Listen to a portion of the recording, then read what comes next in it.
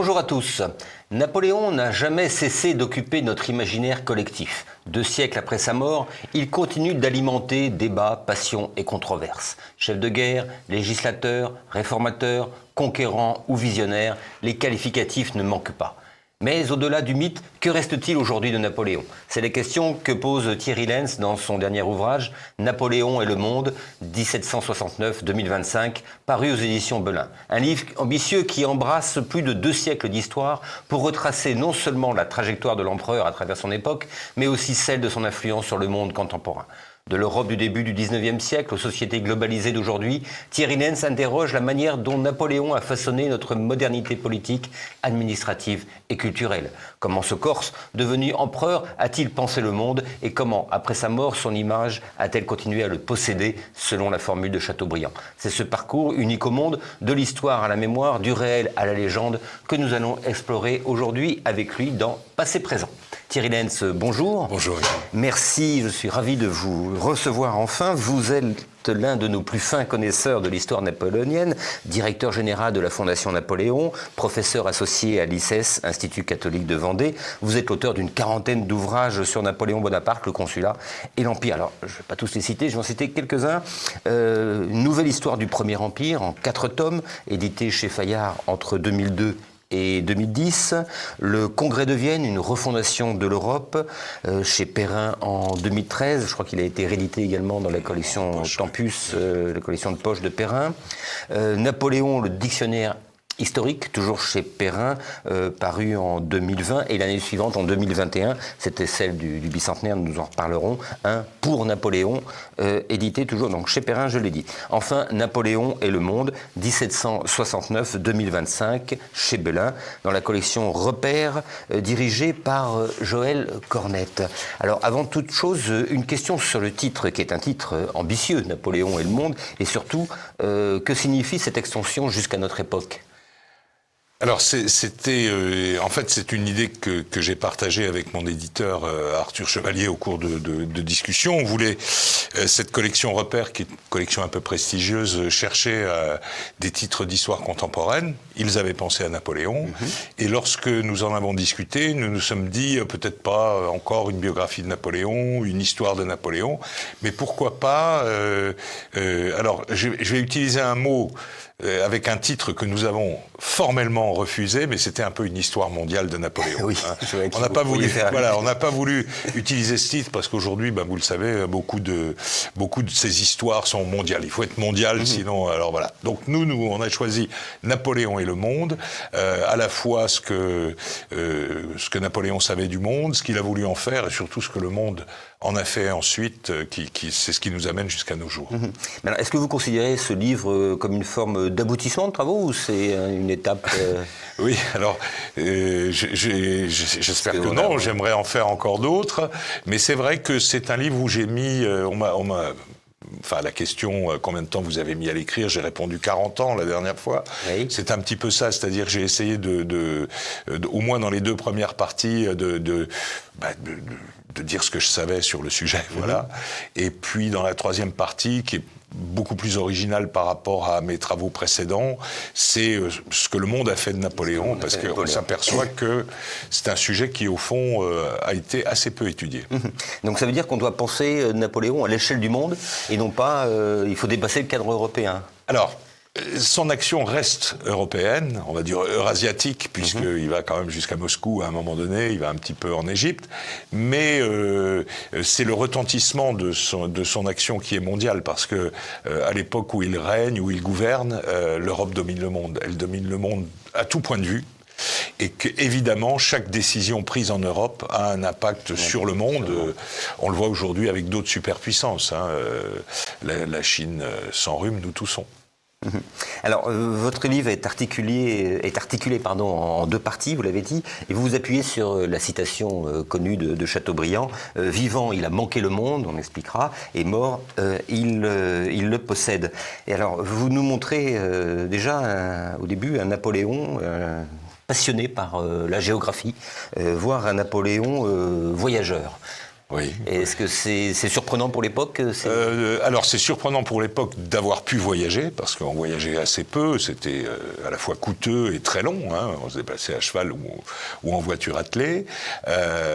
En revanche, il y avait chez les Français de la fin du XVIIIe siècle, je pense chez les Européens en général, une espèce d'appétit géographique.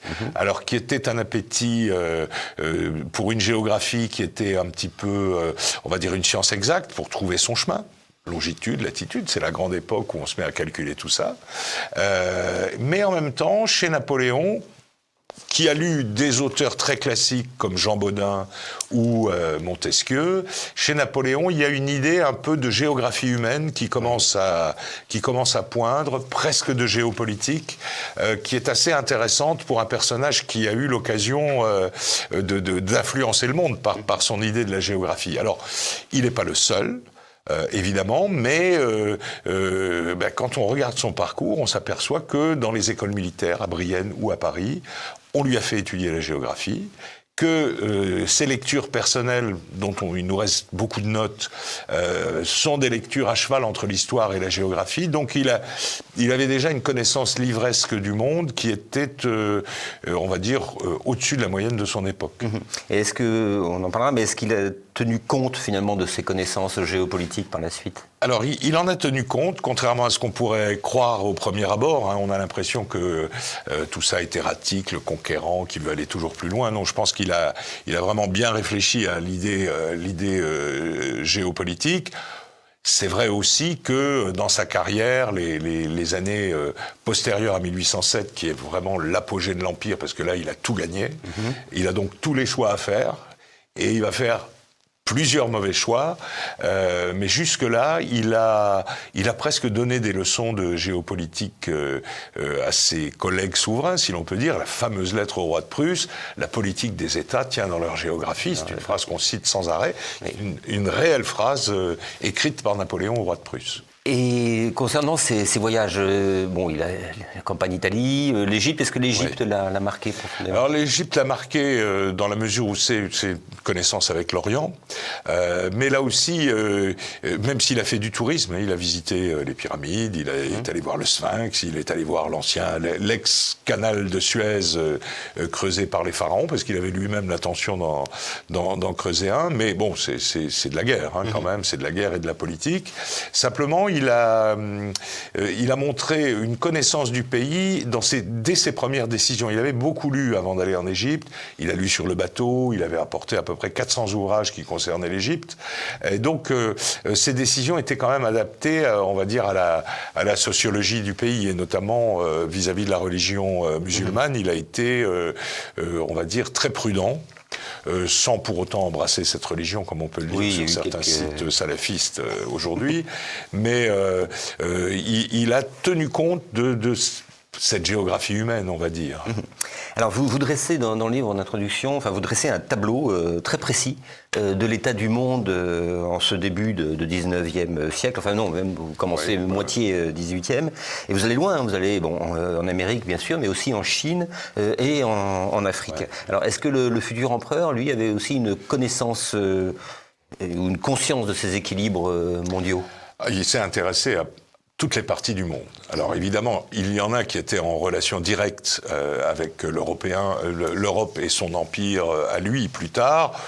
L'Amérique, évidemment, l'Afrique du Nord, le Proche-Orient, comme nous disons aujourd'hui, évidemment la grande Europe. Et puis, il s'est intéressé, mais sans approfondir le sujet, à la Chine, au Japon, les Indes, évidemment, qui sont le grand sujet économique de l'époque. Qui domine les Indes, domine le monde à cause des matières premières disponibles aux Indes. Et d'ailleurs, tout mène à couper la route des Indes, comme on disait à l'époque, sur le plan maritime, mais sur le plan terrestre, parce que on se dit toujours, tiens, pourquoi est-il allé en Égypte pour couper la route des Indes? C'est parce que la route terrestre des Indes passe exactement à cet endroit-là, c'est-à-dire qu'elle passe au nord de la Perse, elle se dirige vers la Méditerranée, elle éclate un peu dans l'Israël actuel, si vous voulez, le nord de l'Égypte. Ce qui fait que aller en Égypte, c'était effectivement menacer la route des Indes. Et vous parliez, est-ce qu'il conçoit des relations futures avec les jeunes puissances, je pense surtout aux États-Unis adolescents. Oui. Est-ce qu'il a la préscience peut-être de la puissance future? Alors, il a la préscience de la puissance économique des États-Unis, ça c'est clair. Pour eux, ce sont des boutiquiers. Une nation de boutiquiers, oui. Des boutiquiers qui sont en plus des Anglais égarés aux frontières de la civilisation, comme disait Talleyrand. Ceci étant, il les respecte, il les favorise avec la vente de la Louisiane, évidemment. Il permet aux États-Unis de doubler leur superficie et d'aller vers l'ouest. Ceci étant dit, sur le plan militaire et maritime, il n'a pas une grande estime pour eux. Il va essayer de s'en faire des alliés contre l'Angleterre. Alors il y a effectivement une guerre anglo-américaine en 1812, mais c'est pas une guerre napoléonienne. C'est une guerre vraiment pour terminer l'application des traités, parce que les Anglais n'ont pas respecté le traité de Paris de 1763. Alors quelle est sa vision de l'Europe? On a dit qu'il aurait voulu en faire un système fédéral, mais en tout cas, est-ce qu'il veut en faire un système organisé? Et si oui, comment? Est-ce que c'est sous domination française, une fédération de royaumes? Oui. Placer sa famille? Alors, d'abord, il faut dire que c'est un héritier. C'est-à-dire qu'il n'a pas inventé sa politique extérieure. C'est la politique extérieure de la Révolution française, mais aussi de l'Ancien Régime depuis François Ier, et on va dire très clairement Louis XIV. Donc il va essayer de terminer cette œuvre, on va dire, pas d'hégémonie, de prépondérance européenne de la France, et il le fait non pas de façon brouillonne. Le centre du système qu'il veut créer en Europe, c'est l'Europe occidentale, c'est l'Empire d'Occident de Charlemagne. Il se réfère à Charlemagne, il crée au fond le même empire que Charlemagne à un moment donné, et on va dire pour nous et pour certains de nos contemporains, c'est l'Europe des six, on va dire grosso modo, l'Empire français, c'est l'Europe des six. Après, tout le reste doit être organisé autour de ce noyau dur qui est l'Empire français, soit avec des alliés obligés, les royaumes frères, la Hollande, l'Italie, le royaume de Naples, l'Espagne, et puis des alliés un petit peu forcés, mais quand même assez indépendants, la Confédération du Rhin, ça c'est un très grand problème en histoire napoléonienne, la Confédération du Rhin, c'est-à-dire la réunion des États allemands qui, pour échapper à la Prusse et à l'Autriche, se tournent vers la France et créent une alliance importante avec eux. Et puis, il y a l'allié qui va surveiller l'Orient du continent. Alors, ça va être au début la Russie. Ça ne marche pas.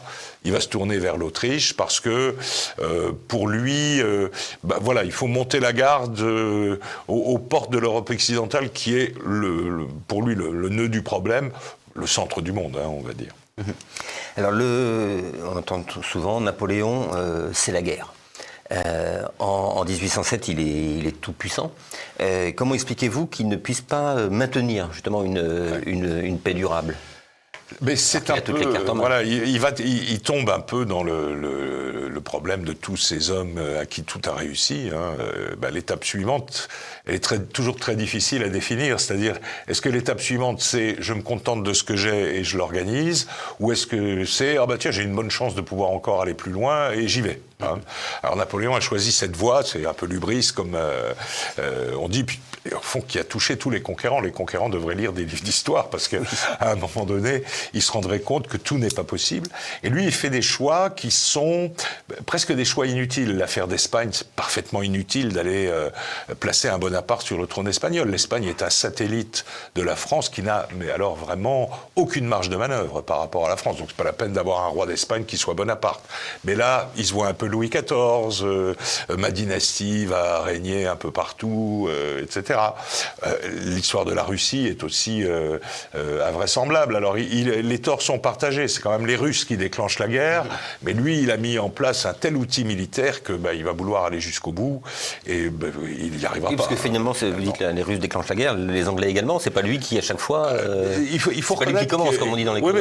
Nous disions tout à l'heure, c'est un héritier, et c'est aussi un héritier des guerres de la Révolution Révolution française. Jusqu'à la guerre de 1809 contre l'Autriche, il n'y a pas une seule guerre qui a été déclenchée par Napoléon. Je parle d'une guerre internationale, si l'on veut. Bon, l'Espagne, c'est autre chose, c'est une espèce d'occupation du territoire, mais jusque-là, il est clairement l'héritier de la Révolution française. L'étape d'après, c'est la Russie. Je pense que la Russie avait de bonnes raisons de faire la guerre à Napoléon. Elle l'a cherché, très clairement. Maintenant, Napoléon, lui, s'est un peu laissé piéger par les Russes qui l'ont attiré très très loin sur leur territoire.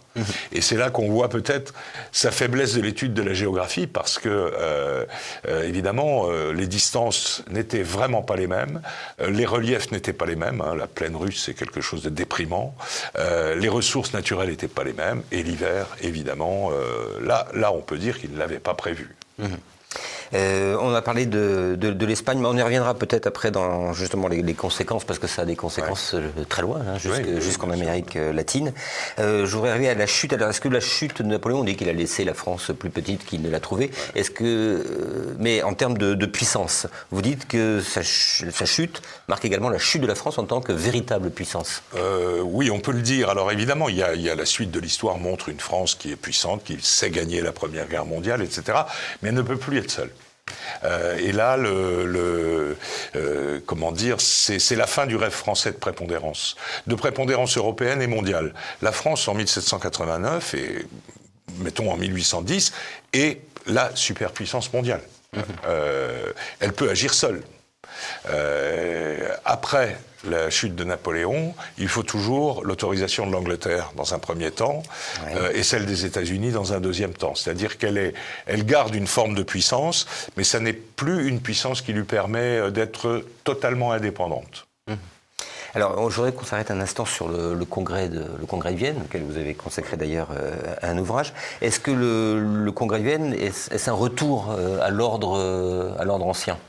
Alors c'est un retour, on va dire, à des frontières qui ressemblent aux frontières anciennes, même si la carte de l'Europe a été très très simplifiée depuis le début de la Révolution française.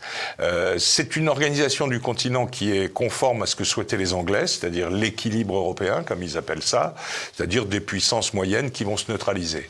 Ce qui est très important dans le congrès de Vienne, peut-être plus important que les découpages territoriaux, le fait que la France soit mise sous surveillance, c'est la création vraiment d'un droit international. C'est-à-dire que pour la première fois, des nations vont décider qu'elles vont pouvoir imposer quelque chose aux autres. Exemple, ce qu'on a appelé le concert européen, les 4 grandes puissances, plus la France à partir de 1818, plus l'Italie à partir de 1850, s'arrogent le droit de gérer la paix en Europe. Et on n'aura pas de guerre générale, c'était la hantise, la guerre générale, on n'aura pas de guerre générale avant 1914. Donc pendant 100 ans, ce concert européen, fait de congrès, d'interventions, etc., va fonctionner. Et c'est d'ailleurs même à travers ce concert européen que Napoléon III va rétablir la position de la France, puisque c'est pour défendre l'équilibre européen qu'il entraîne l'Angleterre dans la guerre de Crimée. Et on voit donc qu'il adhère lui-même à cette idée. Et puis, en droit international, il y a tellement d'autres décisions. Les fleuves sont un bien commun des Européens. On va gérer les fleuves ensemble. Le Rhin est toujours géré par une structure créée par le Congrès de Vienne. C'est la même chose pour la Vistule, le Danube, etc. L'abolition de la traite, qui est une décision prise par les Européens, qui s'applique au monde entier. Et puis le nouveau droit diplomatique, on a créé un tout petit texte pour régler la question des négociations, des préséances, etc., qui étaient des questions qui, parfois, menaient à des combats d'homme à homme dans les négociations diplomatiques. Donc c'est un congrès qui, à la fois, met fin au rêve français, mais qui, en même temps, reconstruit l'Europe sur d'autres bases. Alors, ce congrès, ce qui est étonnant, c'est que ce congrès veut effacer Napoléon. C'est une des premières victimes de la cancel culture, parce qu'il meurt dans l'indifférence totale, générale. Il y a une légende, d'abord une légende noire qui va se construire, mais vous dites que finalement, de l'effacer, c'est impossible.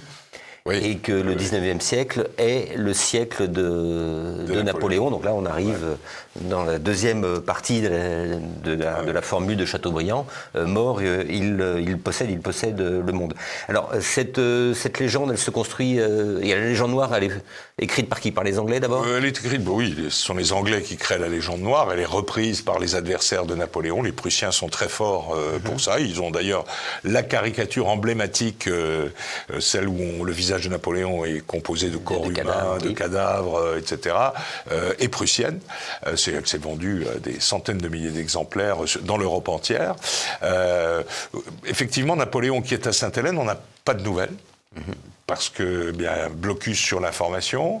L'Europe a retrouvé la paix, on se dit, après tout, voilà, il est plus là, on est en paix, la paix c'est bien quand même. Hein, bon. Et puis, comme vous le disiez, quand il meurt, très peu de réactions, des réactions individuelles, comme a écrit quelqu'un, on pleure en dedans, voilà.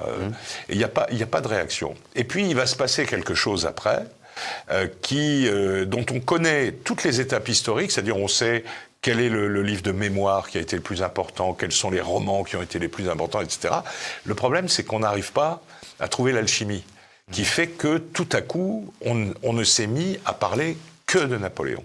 Mais dans tous les domaines.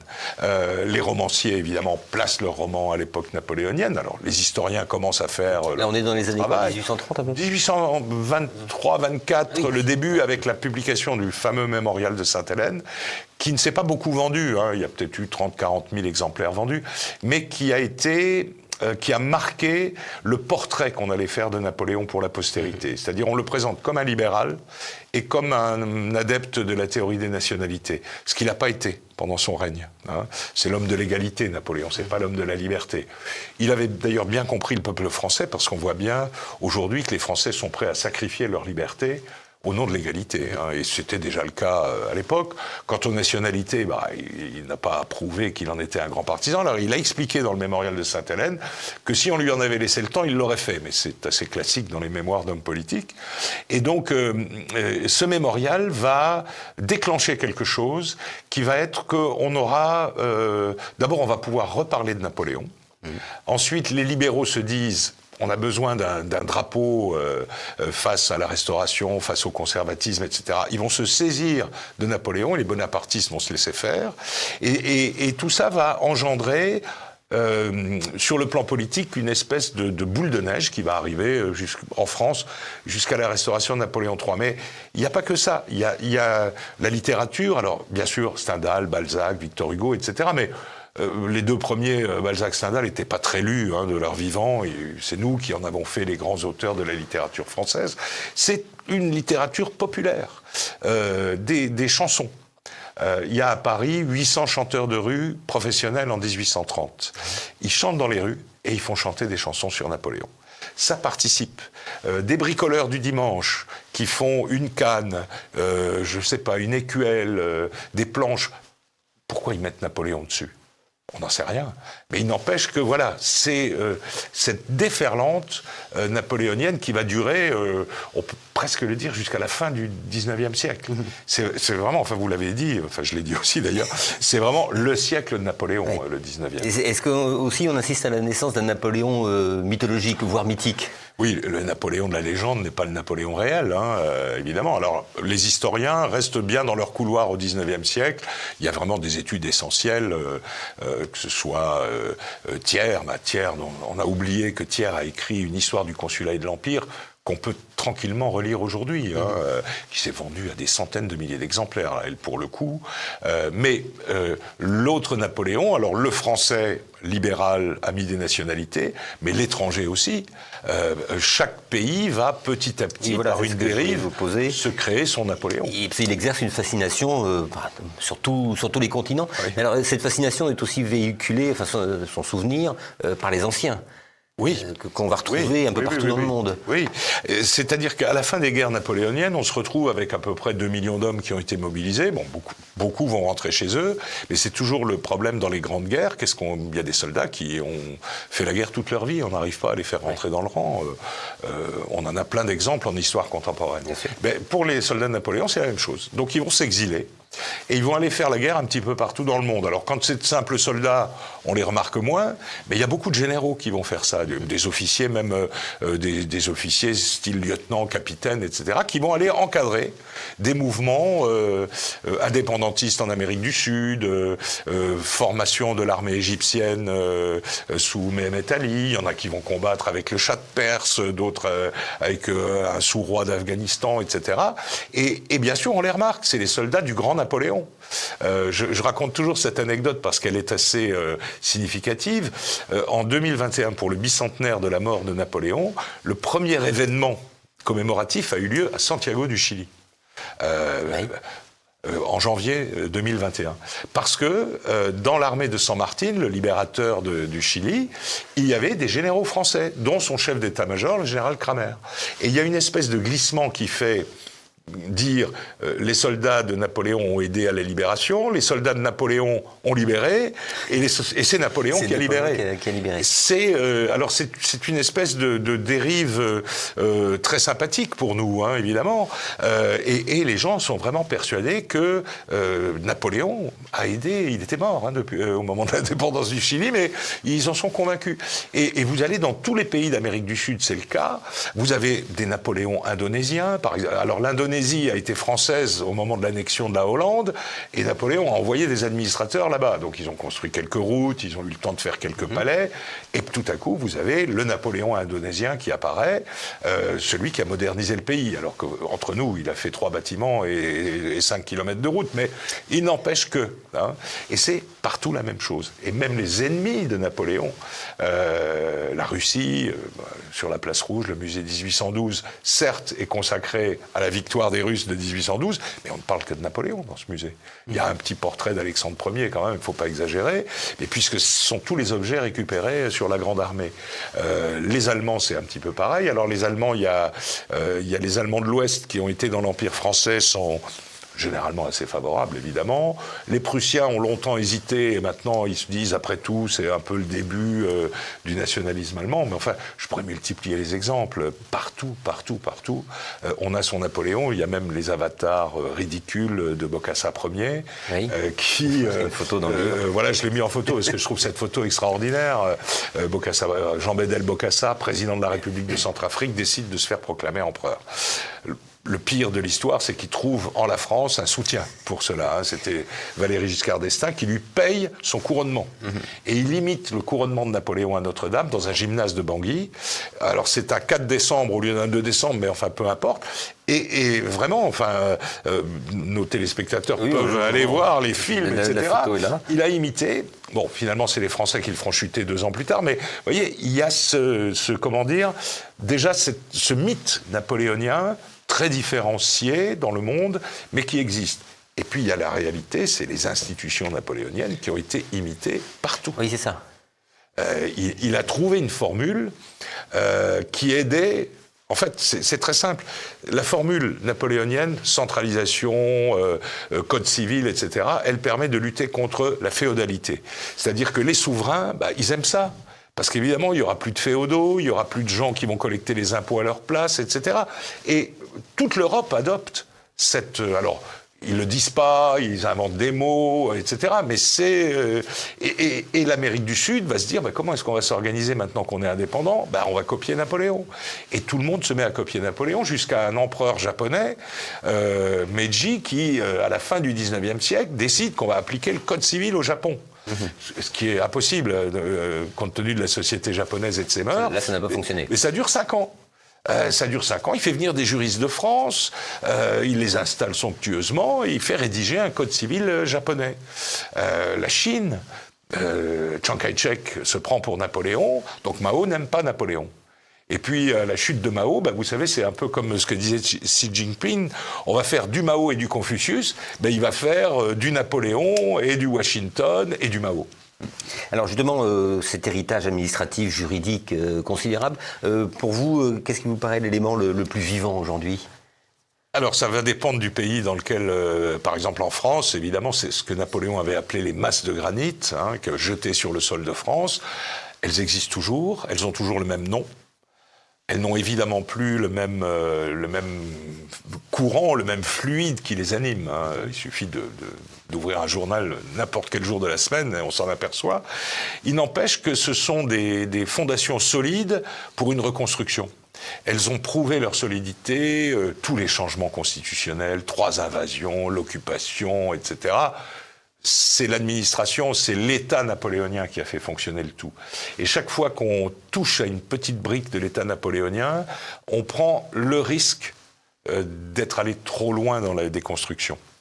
C'est un petit peu, alors ce livre n'était pas fait pour ça, mais je pense que c'est un peu ce qu'on peut penser de ce qu'on a fait de cet État napoléonien, parce que jacobin, napoléonien, tout ça, ce sont des vilains mots. Il faut les remplacer par les mantras, la décentralisation, je rapproche le pouvoir du peuple, pensez-vous. Et pour tout ça, on jette le bébé, l'eau et même la baignoire du bain, simplement pour être moderne. Or, un État, il a besoin d'être organisé, malheureusement. Alors que reste-t-il aujourd'hui de son rapport au pouvoir, justement ? Alors, le rapport au pouvoir, évidemment, beaucoup de gens se prennent pour Napoléon. Hein, mais il ne suffit pas d'être petit pour ressembler à Napoléon. Il faut aussi avoir cette culture de base qu'il avait, ce sens de la décision, ce sens du management des hommes, parce qu'il n'a pas créé tout seul. Il a créé une équipe, il a choisi ces hommes. Il les a choisis pour qu'ils mettent en place une idée que lui avait. C'est pas, vous voyez, c'est pas Pape Ndiaye qui succède à Jean-Michel Blanquer. C'est Molien qui succède à Barbé-Marbois, qui ont les mêmes idées sur les choses. Donc, vous voyez, il y a une grande continuité. L'exceptionnel de Napoléon, c'est qu'il a tout dans la tête et qu'il est cohérent sur la politique intérieure, hein, sur l'organisation de l'État, etc. Et que vous ne pouvez pas le prendre en faute sur une contradiction dans ce qu'il veut dire. Il a toujours eu la même idée. Et c'était l'État au centre de la société, mais l'État fait le travail de l'État. La société, après, fait son travail. J'entendais pendant le bicentenaire une personne dire Napoléon, Monsieur Macron est comme Napoléon, il est contre les corps intermédiaires. Alors, je ne sais pas pour Monsieur Macron, mais pour Napoléon, c'est absolument faux. Napoléon a reconstitué les corps intermédiaires que la Révolution avait détruits, et parce qu'ils étaient l'auxiliaire social de l'État qui, lui, s'occupe des questions régaliennes. Alors justement, vous parliez des commémorations de 2021, je voudrais y revenir. Ce fut un grand succès. Oui. Des expositions, des bouquins, des émissions, mais ça a ravivé quand même pas mal de polémiques, de controverses, alors notamment sur l'esclavage, hein, je voudrais que vous disiez 2 mots, l'autoritarisme, la guerre, on vient... Le droit des femmes, n'oubliez pas le droit des femmes. Il ne faut pas oublier le droit des femmes. Bien sûr. Je voudrais justement... Alors, l'esclavage, le droit des femmes, alors il rétablit l'esclavage, mais il abolit la traite. Voilà, alors il rétablit l'esclavage dans des conditions géostratégiques, pardon du mot, très spécifiques. Il veut recréer dans le golfe du Mexique une espèce d'empire français autour de la canne à sucre, etc. Et, il compte beaucoup sur Saint-Domingue pour ça. Or, à Saint-Domingue, le fameux Toussaint Louverture lui a menti. Il lui a dit, écoutez, il n'y a pas de problème, je resterai rattaché à la France. Il proclame l'indépendance, il va vers l'indépendance. Et donc, Napoléon ne supporte pas ça. Il est entouré d'un lobby colonial qui lui dit, mais si vous voulez relancer la culture de la canne à sucre, il faut des esclaves. Je vais le dire le plus crûment possible. Lui, il s'en fiche complètement de l'esclavage. C'est-à-dire, c'est pas une question... il se levait pas le matin en disant, tiens, comment je vais rétablir l'esclavage. Il est plutôt contre. On le sait parce qu'on a des écrits de lui, il est contre l'esclavage. Puis à un moment donné, la nécessité politique, c'est de rétablir l'esclavage. Alors il faut dire aussi que l'esclavage avait été aboli en 1794, les esclaves avaient été libérés, il n'a pas été question de remettre les anciens esclaves en esclavage. Donc il fallait reprendre la traite, si vous voulez, il fallait importer de nouveaux esclaves. Il a eu le temps de rien de tout ça, puisque les révoltes locales, la pression des Anglais ont fait qu'on ne sait pas ce qui se serait passé dans les colonies, puisque la France a perdu toutes ses colonies en 5 ans ou 6 ans. Donc voilà, ça c'est pour l'esclavage. Je ne dis pas qu'il faut l'excuser, il faut Il faut essayer de comprendre. En revanche, sur la traite, lui... Alors, il l'abolit en mars 1815. Pendant les 100 jours, oui. Pendant les 100 jours. À un moment où la France n'a plus de colonies, où il n'y a plus de traite française. Bon, donc, c'est une abolition un petit peu facile. Hein. Le Congrès de Vienne va l'abolir. Les Français vont mettre 8 ans avant de pouvoir arrêter la traite, parce qu'il y a des tas d'intérêts autour de ce commerce pitoyable. Moi, je le disais déjà en 21, moi, je pense que Napoléon n'est pas un monolithe. Moi, je comprends très très bien les Guadeloupéens qui n'aiment pas Napoléon, parce qu'il s'est passé des choses en Guadeloupe qui sont inadmissibles, même en n'utilisant pas l'anachronisme. En son temps, tout ça n'était pas très joli. Hein. Donc il faut discuter de tout ça, il faut l'étudier surtout, parce qu'il y a beaucoup de choses qu'on ne sait pas encore. On connaît les grands slogans, maintenant il faut aller voir ce qui s'est réellement passé sur le terrain. Alors l'autre attaque, c'était également le droit des femmes. Oui. Alors là, je vais me faire beaucoup d'ennemis IES. C'est pas grave. C'est simplement l'époque. C'est la même chose. C'est-à-dire que par rapport à l'Ancien Régime, évidemment, la femme va être mise un peu dans un carcan, le carcan de la famille. La Révolution, on va la laisser de côté. Elle n'a jamais libéré les femmes. Hein. Au contraire, elle les a opprimées de façon terrible. Bon, toutes les grandes héroïnes dont on parle, elles ont fini sur l'échafaud. Elles ont été mises en maison de fous, hein, dans le pire des cas, si je puis dire. Et donc lui, le code, c'est la famille. Bon, la famille, elle est organisée en pyramide, comme la société. On met le père de famille en haut. Il doit protection à sa femme, et c'est vrai qu'elle a des droits, mais elle n'a pas la capacité de les exercer. C'est comme ça, juridiquement, qu'on dit les choses. Maintenant, après Napoléon, il faut quand même attendre. Les premiers textes, c'est 1881, la femme aura le droit d'ouvrir un livret de caisse d'épargne. Et puis après, c'est 1941, on va l'autoriser à avoir un compte en banque, parce que les maris sont prisonniers en Allemagne, donc il faut bien que... Voilà. Et puis, les vraies réformes, c'est les années 1960. Il n'y a pas de programme de libération des femmes chez Gambetta, chez Jean Jaurès, chez Léon Blum, etc. Hein.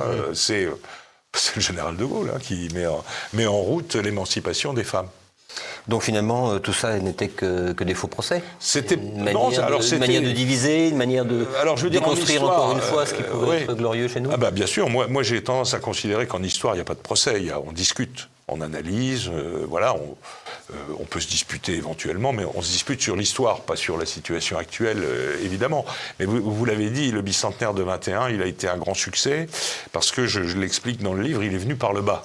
C'est-à-dire que ce sont les Français qui ont forcé les gouvernements, et notamment le président de la République, à faire quelque chose pour le bicentenaire. C'est venu d'en bas, parce qu'on avait été échaudé par Jacques Chirac, qui n'avait pas célébré Austerlitz. Il y a eu 550 manifestations en France, venues du terrain, si vous voulez. Ce qui a représenté des milliers et des milliers de personnes. Et on a bien été obligé de célébrer ce bicentenaire. Napoléon, pour les déboulonneurs, c'est une trop grosse statue. Pour le moment, ils n'ont pas la force pour la déboulonner. Eh bien, écoutez, tant mieux. Alors, une dernière question plus personnelle. Vous, après avoir tant écrit sur Napoléon, est-ce qu'il vous fascine-t-il encore, ou est-ce que vous interroge-t-il encore, ou vous avez fini par le comprendre tout à fait? Non, alors je pense qu'on ne peut pas comprendre un personnage pareil. On ne peut pas totalement l'aimer non plus, parce qu'il a des côtés personnels assez agaçants. On se serait sans doute très très mal entendu avec lui. C'est un peu autoritaire. Mais je trouve que ce qui est intéressant, c'est cette époque, parce que c'est une époque... Au fond, la Révolution française est très importante, évidemment, elle change. Mais après la Révolution, il y a celui qui la continue, qui la met en place, qui nettoie les scories, etc. Et c'est passionnant, parce que c'est un temps où on a des personnalités.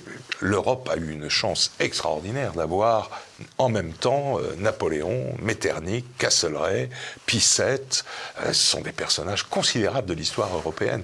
Et donc c'est ça qui est intéressant. Maintenant, si vous voulez, à force de vivre avec lui, si je puis dire, depuis longtemps, il me fascine plus tellement. C'est-à-dire que nous sommes maintenant un vieux couple qui a pris, où chacun a pris ses dispositions. D'accord. Alors, Thierry Neyns, merci beaucoup. C'était passionnant cet éclairage sur Napoléon. Je ne vais pas dire cette histoire mondiale de Napoléon. Donc, je rappelle votre ouvrage paru chez Belin, Napoléon le monde. Ce sont plus de 500 pages. C'est un bel ouvrage en plus, richement illustré, une belle mise en page, bien Bien écrit de plus, merci beaucoup. Alors avant de nous quitter, je voudrais vous recommander une exposition qui se tient au musée Carnavalet, une nouvelle exposition intitulée Les gens de Paris 1926-1936 qui propose de redécouvrir les habitants de la capitale à travers les recensements de l'entre-deux-guerres, les recensements de 26, 31 et 36 qui étaient des recensements nominatifs qui plus est. Alors ces registres conservés aux archives de Paris recensent près de 3 millions de personnes et livrent un portrait précis de la population parisienne au moment où la ville atteint son apogée démographique. À partir de ces données, les commissaires de l'exposition ont dressé un tableau humain, social, d'une rare richesse. Lieu de naissance, profession, situation familiale, répartition par quartier. On découvre un Paris dense, jeune et majoritairement féminin. La saignée de la Grande Guerre n'est pas loin. On y apprend que près des 2 tiers des habitants ne sont pas nés à Paris. Beaucoup viennent des provinces, de l'Algérie, des colonies ou de l'étranger. Le parcours s'organise en plusieurs sections. Paris est mon chez-moi évoque l'attachement à la capitale et ses figures connues de Joséphine Baker à Édith Piaf, mais aussi une multitude d'anonymes, des dactylos, des policiers, des chauffeurs ou des couturières. C'est le temps des midinettes. Paris, ville des amours, revient sur les célibataires nombreux, les bals, les cafés et les dancings de Montparnasse ou de Pigalle. Une autre partie est consacrée aux enfants parisiens, à la natalité en berne et aux politiques familiales d'une époque où la crainte de la dépopulation traverse la société. Les sections suivantes explorent la ville quartier par quartier. À l'est, les logements insalubres et les îlots populaires. À l'ouest, la vie domestique et bourgeoise. On aborde aussi les métiers, les transformations du travail féminin, le chômage des années 1930, la montée de la culture de masse avec la radio, la presse et le cinéma. Dernière salle, enfin, un dispositif numérique permet de consulter les registres de recensement numérisés. Chacun peut rechercher un nom, une adresse, peut-être retrouver la trace d'un ancêtre. Cette base de données, réalisée à l'aide d'outils d'intelligence artificielle, rend lisible une mémoire collective longtemps endormie. Les gens de Paris montrent une capitale en mouvement où s'inscrivent les vies ordinaires de ceux qui ont fait la ville telle qu'on la connaît aujourd'hui. L'exposition est à voir donc au musée Carnavalet jusqu'au 8 février 2026. C'était Passé Présent, l'émission historique de TVL, réalisée en partenariat avec la revue d'histoire européenne. Alors avant de nous quitter, vous n'oubliez pas bien sûr de cliquer sur le pouce levé sous la vidéo et de vous abonner à notre chaîne YouTube. Merci, à bientôt.